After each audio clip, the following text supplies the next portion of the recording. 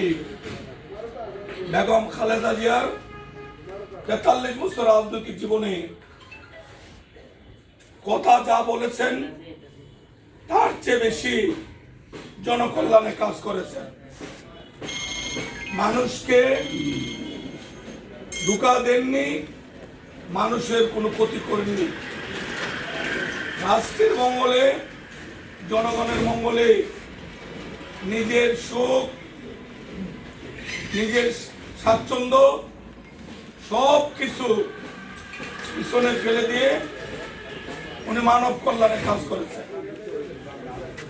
সেই জন্য উনার শেষ বেলা শাহাদাত বরণের পরে জানাজার নামাজ দল ধর্মের ঊর্ধ্বে উঠে সারা বিশ্বের মধ্যে সবচেয়ে বড় জানাজার ইতিহাস সৃষ্টি হয়ে গেল 31শে ডিসেম্বর।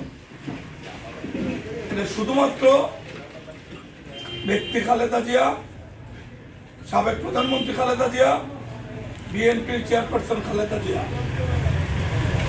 ওনার জীবনে সমস্ত ভালো কাজ উনি কথা কম বলে করেছেন, মানুষের হৃদয়ের মনে কুঠায় শ্রদ্ধার আসনে জায়গা করেছেন।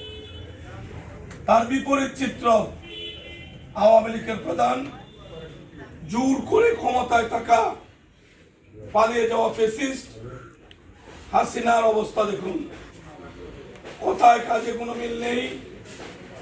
জনদুর্ভোগ বলেন, রাষ্ট্রকে বিকিয়ে দেওয়া বলেন, রাষ্ট্রের মানুষকে খুন, গুম, হামলা মামলা, বল প্রয়োগ থেকে শুরু করে এহেন কোনো অপকর্ম নেই এটা হাসিনা করেননি। সেই জন্য জনরোষের ভয়ে এক কাপড় পরে বাংলাদেশ থেকে পালিয়ে পার্শ্ববর্তী রাষ্ট্রে আশ্রয় নিতে হয়েছে। দুটো ঘটনাই আমাদের সামনে আছে। আর আমরা সিদ্ধান্ত নেব কাকে আমরা অনুসরণ করব, কাকে আমরা অনুকরণ করব। আপনারা এখানে যারা আসছেন সবাই কর্মী না, সবাই দায়িত্বপ্রাপ্ত নেতা। নেতার কাজই হচ্ছে দলকে সংগঠিত করা, মানুষের কল্যাণে কাজ করা, মানুষকে উদ্বুদ্ধ করা। আজকে উদ্বুদ্ধকরণের একটি সভা। আমি এই শহরে 3 বার মেয়রের দায়িত্ব পালন করেছি। জনগণের ভোট দ্বারা সরাসরি নির্বাচিত হয়েছে। এই পৌরসভার মানুষ বিএনপিকে ভালো না বাসলে আমি বিএনপির কর্মীকে তাদের ভোট দেওয়ার কথা ছিল না। পৌরসভার মানুষ বিএনপিকে ভালোবাসে। না আপনারা যারা ওয়ার্ডে নেতৃত্ব দেন, আমি জানি না ভবিষ্যতে দল যদি আপনাদেরকে স্থানীয় নির্বাচনের প্রতিনিধি হিসাবে মনোনয়ন দেয়, ভোট করে কতজন বেরিয়ে আসতে পারবেন আমার ধারণার বাইরে। মানে আমি খুব গভীরভাবে আপনাদের অ্যাক্টিভিটিসগুলি আমি দেখার বোঝার চেষ্টা করি। কারণ একটাই, তৃণমূল বলতে যা বুঝে, আমি যুবদলের পাড়া কমিটির সদস্য, পৌর যুবদলের সদস্য, জেলা যুবদলের সেক্রেটারি, ধাপে ধাপে আমি হবিগঞ্জ সদর থানা বিএনপির সদস্য, এখন আমি কেন্দ্রের সিলেট ডিভিশনের সাংগঠনিক সম্পাদক। আমি ধাপে ধাপে আমি এই জায়গায় এসেছি। সারাদিন কাজ করে সময়ের হিসাব মেলাতে পারি না। আপনারা অনেকে সারাদিন দলকে কতটুকু সময় দেন, অন্য কাউকে উত্তর দেওয়ার দরকার নেই। নিজের বিবেককে প্রশ্ন করুন। এই যে মর্যাদার আসনে বসলেন, দল আপনাকে কিছুই দেয় নাই, কিন্তু আপনি সম্মানিত হয়েছেন বিএনপির মতো বিশাল একটি রাজনৈতিক দলের আপনার এলাকায় আপনি সর্বোচ্চ নেতা। নেতা হিসাবে আপনার এলাকার মানুষকে বিএনপি রাজনীতি যেন গ্রহণ করে সেই ব্যাপারে আপনাকে প্রতিদিন রুটিন করে কাজ করতে হবে। ঠিক। তারেক রহমান সাহেব দলের চেয়ারম্যান, বিএনপির মতো রাজনৈতিক দলের চেয়ারম্যান। ওনার কথা শোনা, ওনাকে দেখা মানুষের আগ্রহের কমতি নাই। যে মাঠ আমরা নির্ধারণ করেছি সেখানে সর্বোচ্চ 2 লাখ মানুষ সমবেত হওয়ার সুযোগ আছে।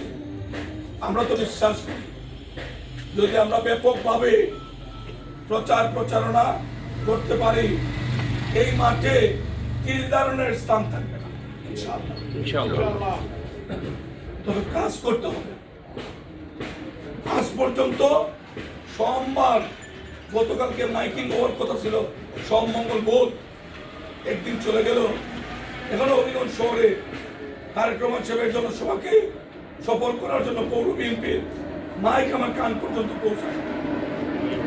আমি অনুরোধ করব আজকে অন্তত 2টা, কালকে 3টা মাইক পুরা শহরের গলি গলি পৌর বিএনপির পক্ষে দাওয়াত দেওয়া হবে। 3টার সময় শায়েস্তাগঞ্জের জনসভায় তারা আমন্ত্রিত, তারা যেন যান, পৌর বিএনপির সেই দায়িত্ব পালন করবে। ভোট আর মাত্র 20 দিন। পরশুদিন থেকে আনুষ্ঠানিকভাবে ফজরের নামাজের পরে প্রচারণা শুরু। সোশ্যাল মিডিয়া বলেন, অন্য জায়গায় বলেন, অনেকে প্রশ্নটা আনছেন। আমরা স্কুলে লেখাপড়া করেছি, কলেজে লেখাপড়া করেছি, আমাদের চেয়ে কম মেধার ছাত্র ছিল, আমাদের চেয়ে আবার ভালো মেধার ছাত্র ছিল। যারা রেগুলার লেখাপড়া করছে চূড়ান্ত পরীক্ষায় তাদের রেজাল্ট কিন্তু ভালো হয়েছে। যারা সঠিকভাবে লেখাপড়া করে নাই, অমনোযোগী ছিল, তাদের রেজাল্ট খারাপ হয়েছে। আমাদের এই 9টা ওয়ার্ড যারা 17 বছর আন্দোলন সংগ্রাম, মামলা হামলা, জেল জরিমানা, পুলিশের গুলি, টিয়ার সেল, পুলিশের লাঠি পিটা থেকে শুরু করে এমন কোন নির্যাতন নেই যেটা আপনারা সহ্য করেন নাই। শেষ বালাদের সব বালাদ। 12 তারিখ ভোট সকালে 7:30টায় শুরু হবে, বিকাল 4:30টায় শেষ।